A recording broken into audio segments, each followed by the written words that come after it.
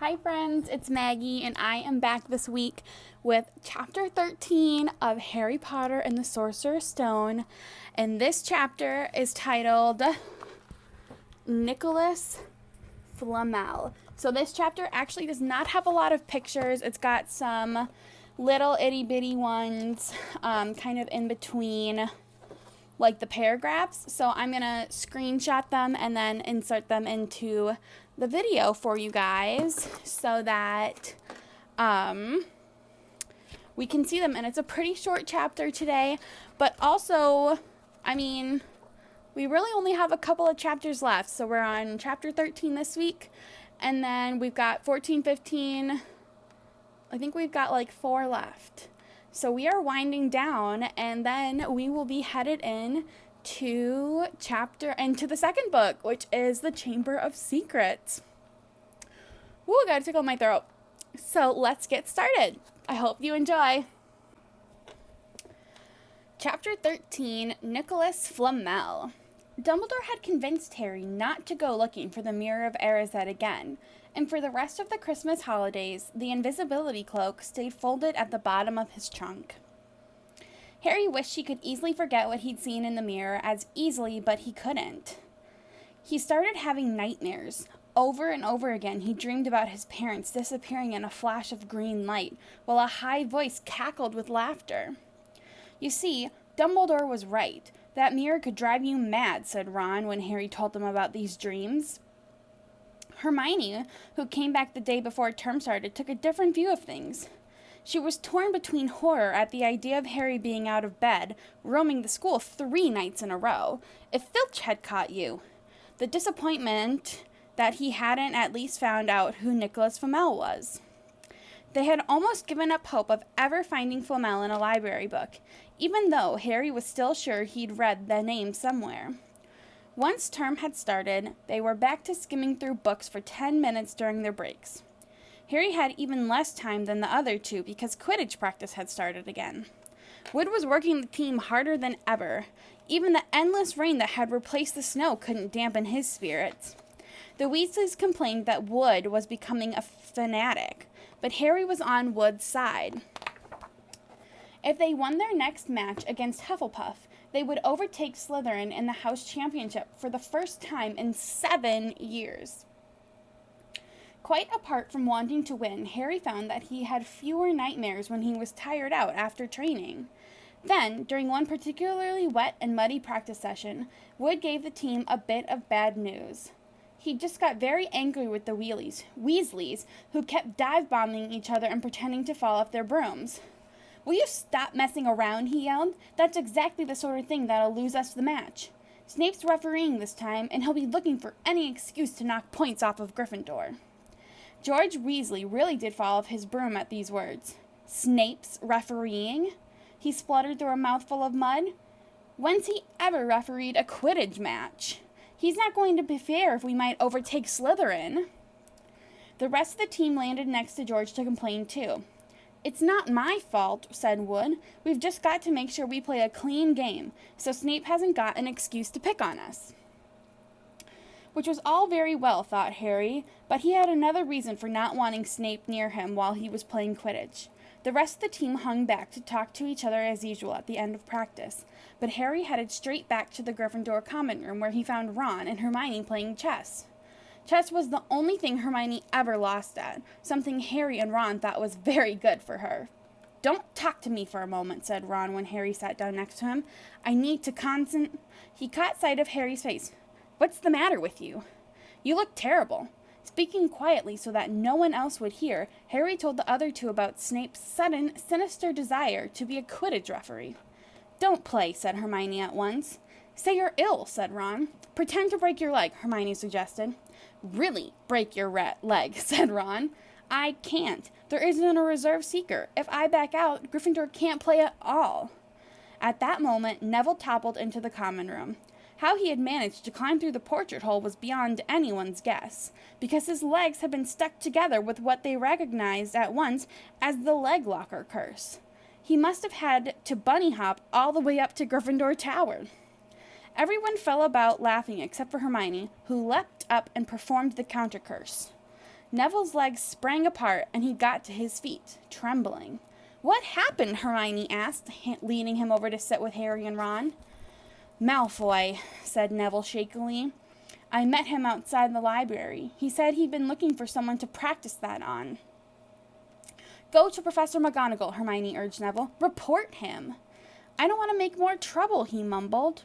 "You've got to stand up to him, Neville," said Ron. "He is used to walking all over people, but that's no reason to lie down in front of him and make it easier." "There's no need to tell me I'm not brave enough to be in Gryffindor. Malfoy's already done that," Neville choked. Harry felt in the pocket of his robes and pulled out a chocolate frog, the very last one from the box Hermione had given him for Christmas. He gave it to Neville, who looked as though he might cry. "You're worth 12 of Malfoy," Harry said. "The Sorting Hat chose you for Gryffindor, didn't it? And where's Malfoy? In stinking Slytherin." Neville's lips twitched in a weak smile as he unwrapped the frog. "Thanks, Harry. I think I'll go to bed. Do you want the card? You collect them, don't you?" As Neville walked away, Harry looked at the famous wizard card. "Dumbledore again," he said. "He was the first one He gasped. He stared at the back of the card, then he looked up at Ron and Hermione. "I found him! I found Flamel! I told you I'd read the name somewhere before. I read it on the train coming here. Listen to this. Professor Dumbledore is particularly famous for his defeat of the dark wizard Grindelwald in 1945, for the discovery of the 12 uses of dragon's blood, and his work on alchemy with his partner Nicholas Flamel." Hermione jumped to her feet. She hadn't looked so excited since they'd got back the marks for their very first piece of homework. "Stay there," she said, and she sprinted up the stairs to the girls' dormitories. Harry and Ron barely had the time to exchange mystified looks before she was dashing back, an enormous old book in her arms. "I never thought to look in here," she whispered excitedly. "I got this out of the library weeks ago for a bit of light reading." "Light?" said Ron, but Hermione told him to be quiet until she looked something up and started flicking frantically through the pages, muttering to herself. At last she found what she was looking for. "I knew it! I knew it!" "Are we allowed to speak yet?" said Ron grumpily. Hermione ignored him. "Nicholas Flamel," she whispered dramatically, "is the only known maker of the Sorcerer's Stone." This didn't have quite the effect she'd expected. "The what?" said Harry and Ron. "Oh, honestly, don't you two read? Look, read that there." She pushed the book towards them, and Harry and Ron read, "The ancient study of alchemy is concerned with making the Sorcerer's Stone, a legendary substance with astonishing powers. The stone will transform any metal into pure gold. It also produces the elixir of life, which will make the drinker immortal. There have been many reports of the Sorcerer's Stone over the centuries, but the only stone currently in existence belongs to Mr. Nicholas Flamel, the noted alchemist and opera lover. Mr. Flamel, who celebrated his 665th birthday last year, enjoys a quiet life in Devon with his wife, Pernell, 658. "See," said Hermione, when Harry and Ron had finished, "the dog must be guarding Flamel's Sorcerer's Stone. I bet he asked Dumbledore to keep it safe for him because they're friends, and he knew someone was after it. That's why he wanted the stone moved out of Gringotts. A stone that makes gold and stops you ever dying? No wonder Snape's after it. Anyone would want it." "No wonder we couldn't find Flamel in the study of recent developments in wizardry," said Ron. "He's not exactly recent if he's 665, is he?" Next morning, in defense against the dark arts, while copying down different ways of treating werewolf bites, Harry and Ron were still discussing what they'd do with a Sorcerer's Stone if they had one. It wasn't until Ron said he'd buy his own Quidditch team that Harry remembered about Snape and the upcoming match. "I'm gonna play," he told Ron and Hermione. "If I don't, all the Slytherins will think I'm just too scared to face Snape. I'll show them. It'll really wipe the smiles off their faces if we win." "Just as long as we're not wiping you off the pitch," said Hermione.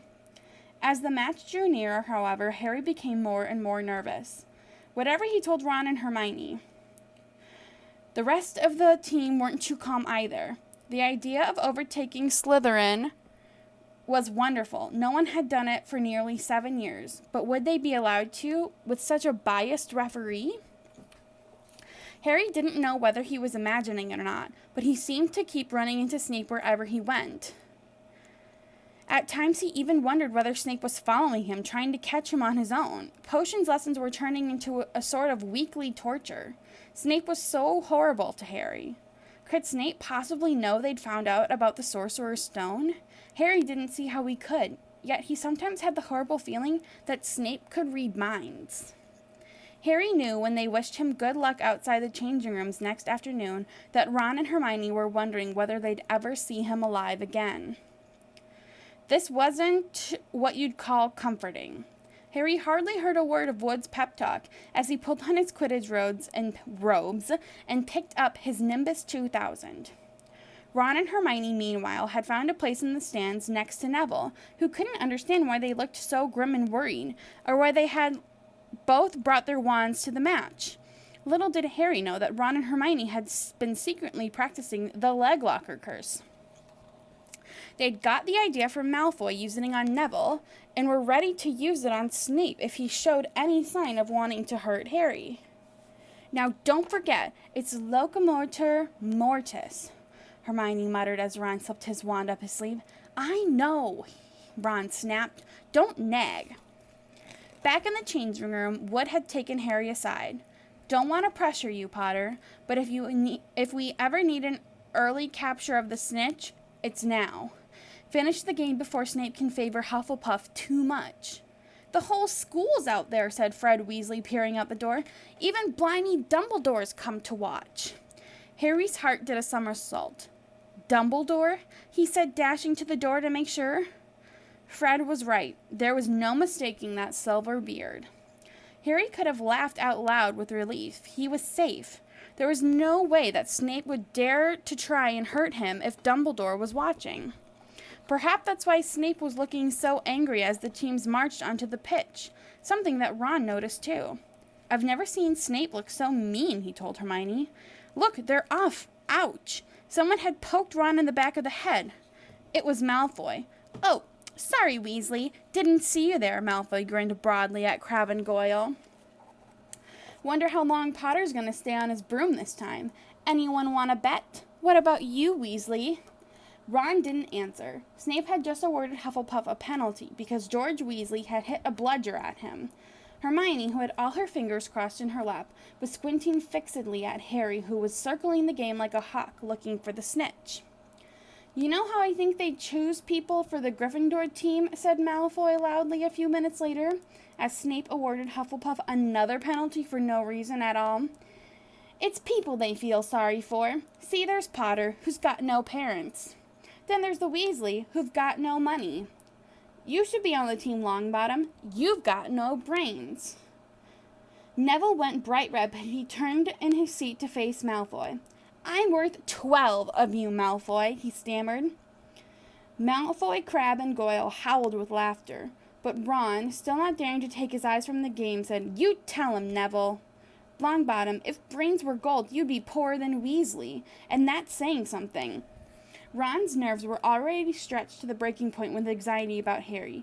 I'm warning you, Malfoy. One more word. Ron, said Hermione suddenly. Harry! What? Where? Harry had suddenly gone into a spectacular dive which drew gasps and cheers from the crowd.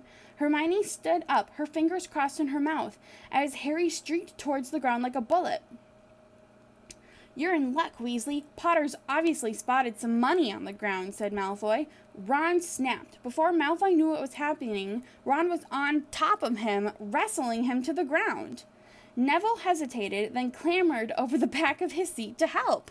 Come on, Harry, Hermione screamed, leaping onto her seat to watch as Harry sped straight at Snape. She didn't even notice Malfoy and Ron rolling around under her seat, or the scuffles and yelps coming from the whirl of fists that was Neville, Crabbe, and Goyle. Up in the air, Snape turned on his broomstick just in time to see something scarlet shoot past him. Missing him by inches, next second Harry had pulled out of the dive, his arm raised in triumph, the snitch clasped in his hand. Oops, sorry guys, I got an alarm going off. My bad. Where was I? Okay. Oh yeah. The snitch clasped in his hands. The stands erupted. It had been a record. No one could ever remember the snitch being caught so quickly. Ron, where are you? The game's over. Harry's won. We won. Gryffindor are in the lead, shrieked Hermione, dancing up and down on her street and hugging Pavarti Patil in the front row. Harry jumped off his broom a foot from the ground. He couldn't believe it. He'd done it. The game was over. It had barely lasted 5 minutes. As Gryffindors came spilling onto the pitch, he saw Snape land nearby, white-faced and light-tipped and tight-lipped. Then Harry felt a hand on his shoulder and looked up into Dumbledore's smiling face. "Well done," said Dumbledore quietly, so that only Harry could hear. "Nice to see you haven't been brooding about that mirror. Been keeping busy. Excellent." Snape spat bitterly on the ground.